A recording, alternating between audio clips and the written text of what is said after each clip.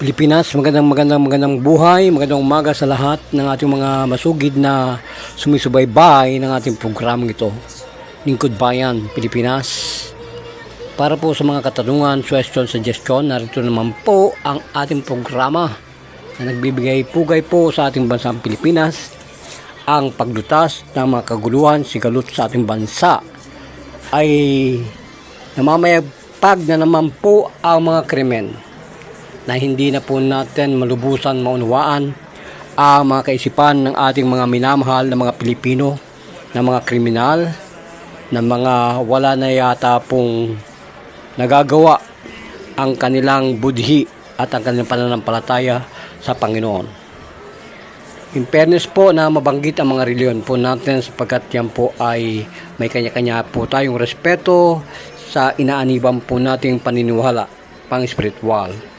Ngunit ang napapansin po natin at hayagang nakikita sa mga lansangan ay ang pagpatay, pananaksag, pamamaril sa mga walang kalaban-labang pong mga MC, motor riders ng ating pong bansang ito ng Pilipinas, na wala man lamang pong magawa ang mga bystander natin, mga otoridad po natin, walang visibility sa mga lansangan. Nagkaka-checkpoint po sa mga lansangan, ngunit huli na. Paano po ito bibigyan ng solusyon ng ating pamahalaang lokal at ng ating pong mga matatalinong mga enforcers, ang mga PNP, Marines, Navy, Air Force, at lahat po ng mga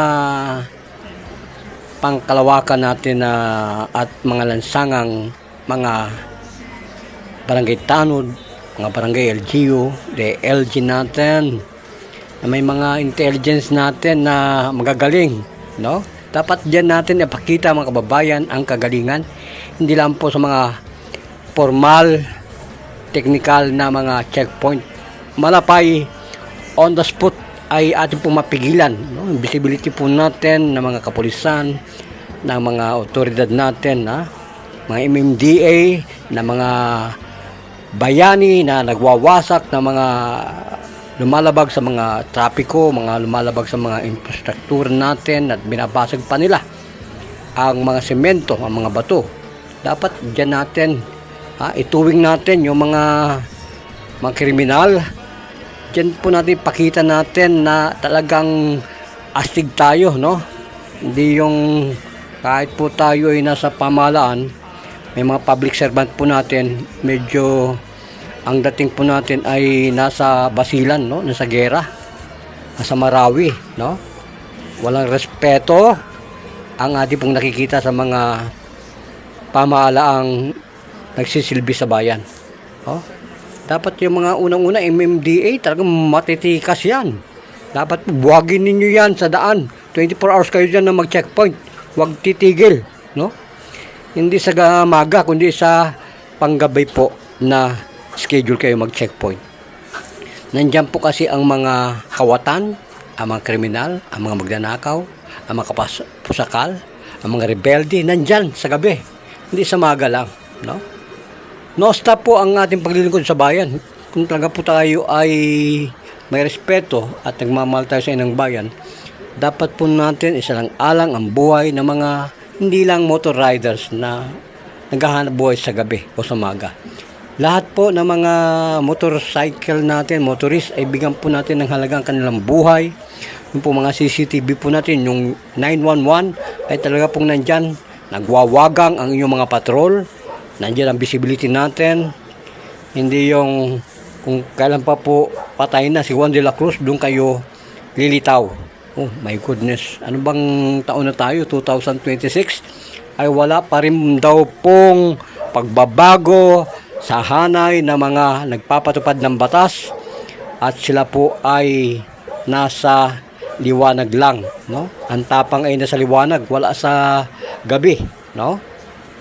Ay kung mag-checkpoint po tayo, hindi lang po yung sa mga malalaking sasakyan, malapay checkpoint po natin sa CCTV, yung mga abnormality, yung mga alleged na mga masamang nag-iisip ng masama, ay unahin po natin, mala Spider-Man, Batman, ha? Robin ang dating po natin, no, mga kababayan. At nakakayak po nga at ang mga pamilya ay nag-iiyakan sa pagkawala at pagkamatay na mga aping Pilipinong ito, mga rider na to, MC, o ano pa mang sasakyan na pang pasahero, nag-iiyakan sapagkat nangamatay ang kanilang mga minamahal sa buhay. Na siya nagpapakain sa kanila na inaasahan. Kaya dobling ingat po tayo mga ka-riders po natin. At syempre binabati po natin ang mga riders natin lahat. At sana ay maging ligtas tayo sapagkat alam po natin ang Pilipinas ay hindi lang kulelat sa pagpapatupad ng visibility po natin ng kaligtasan. Talagang huling-huli, no? Wala tayo yung nasa Amerika na naka-satellite na akma pa lang na gagawin. Meron na pong ginagawang kaligtasan ng mga otoridad doon, no? Kitang-kita, no? Pwede kang tamaan ng kanilang satellite. Prevention is better than to any kinds of solution siguro. Maximum tolerance.